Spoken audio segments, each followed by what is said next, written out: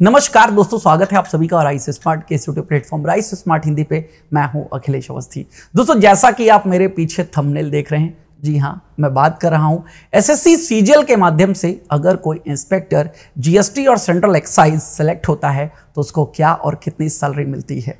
यहां पर मैं उनकी सैलरी के बारे में भी बात करूंगा। हमारे जानने वाले एक सर हैं जो कि इस समय मुंबई में पोस्टेड हैं। मेरी उनसे बात होती रहती है, तो मुझे लगा उनकी सैलरी स्लिप आपके साथ मुझे साझा करनी चाहिए, जिससे मैं आपको मोटिवेट कर सकूं, आपको बता सकूं कि देखिए भाई, अगर आप जीएसटी एक्साइज इंस्पेक्टर यानी कि जीएसटी और सेंट्रल एक्साइज इंस्पेक्टर बनते हैं तो आपको क्या और कितनी सैलरी मिलेगी, इसके बारे में कंप्लीट डिस्कशन करेंगे। तो सीजीएल के माध्यम से ही सर चयनित हुए थे 2019 में।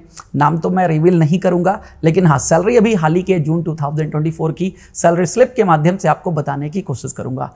चलिए शुरू करते हैं, बताते हैं आपको। लेकिन उसके पहले कुछ इंपॉर्टेंट इन्फॉर्मेशंस। अगर अभी तक आपने एसएससी सीजीएल का फॉर्म नहीं भरा है तो कुछ इंपॉर्टेंट डेट्स आपके सामने हैं सीजीएल की, उनके बारे में चर्चा कर लेते हैं। तो बात करते हैं, यहाँ पर एप्लीकेशन स्टार्ट डेट जून 2024 है। यहाँ पर ध्यान रखिएगा, एप्लीकेशन स्टार्ट हो चुका है, एप्लीकेशन स्टार्ट हो चुका है। अब हम बात करते हैं यहाँ पर 24 जून से लास्ट डेट, यानी कि अगर अभी तक आपने फॉर्म अप्लाई नहीं किया है तो अप्लाई कर दीजिए दोस्तों।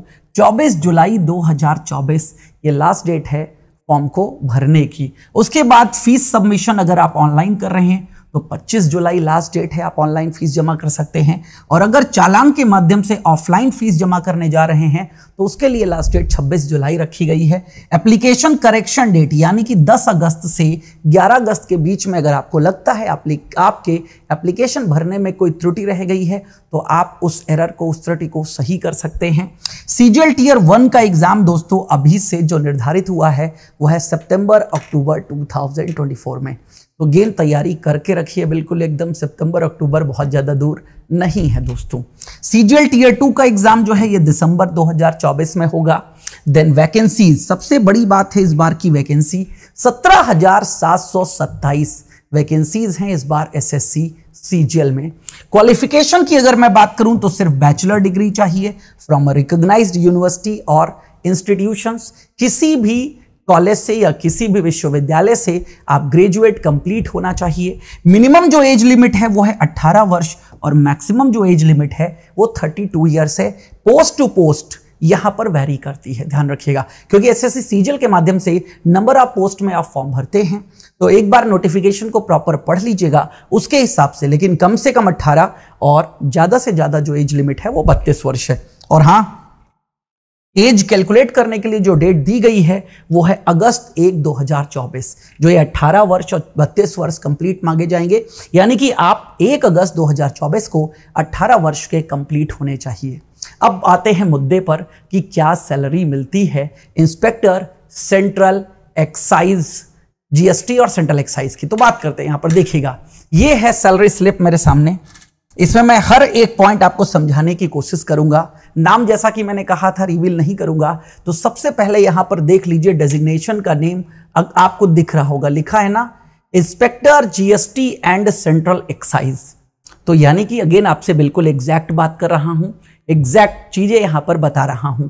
अगेन द पीरियड आप देख सकते हो, ये जो सैलरी स्लिप है 1/6/2024 से 30/6/2024 के बीच की है, यानी कि जून 2024 मंथ की ये सैलरी है। पे बैंड लेवल यहां पर 7 है, 44,900 से 1,42,400, यानी कि 44,900 से 1,42,400 का ये पे बैंड है पूरा। और वर्तमान में इनकी सैलरी यहां पर देख लीजिएगा, बेसिक पे है 46,200, जो कि यहां पर भी आप देख पा रहे होंगे।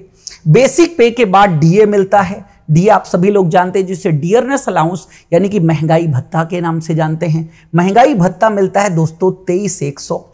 देन इसके बाद एचआरए है, हाउस रेंट अलाउंस। ये हर एक शहर का अलग अलग होता है। तो एचआरए यहां पर मिल रहा है 13,860 रुपए। और उसके बाद में ट्रांसपोर्ट अलाउंस है 5,400 रुपए।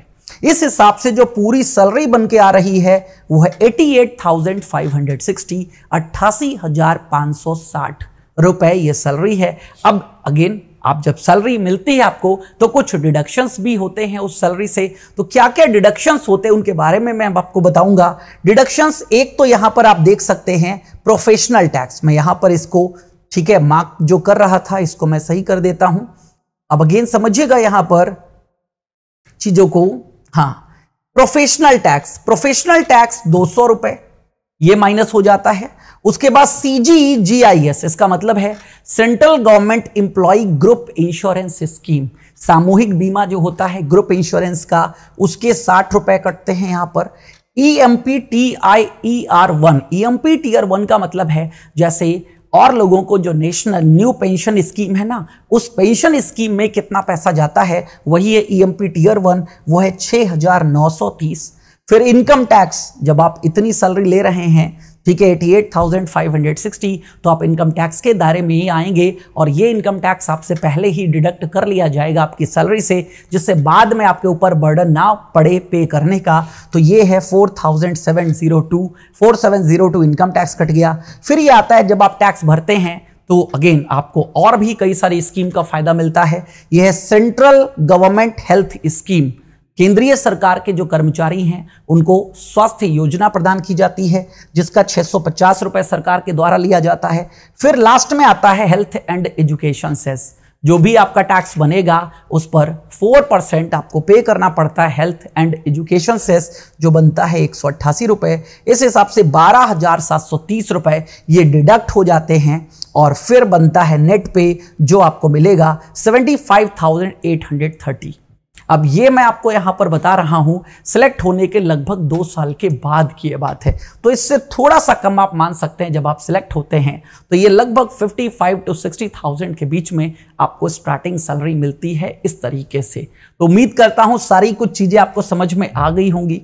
जो मेरा उद्देश्य था आपको मोटिवेट करना, आपको बताना, वो मैंने यहां पर पूरा किया और लेटेस्ट है। अगेन कोई भी छिपी हुई चीज नहीं है, इसलिए मुझे लगा कि सैलरी स्लिप के साथ आपके साथ शेयर करना चाहिए, तो चीजें ज्यादा अच्छे से आपको पता चल जाएंगी। तो ऐसे ही सेशंस के साथ हम फिर आपके साथ जुड़ते रहेंगे। तब तक हमें दीजिए इजाजत। Thanks for watching rice smart Hindi. Thank you.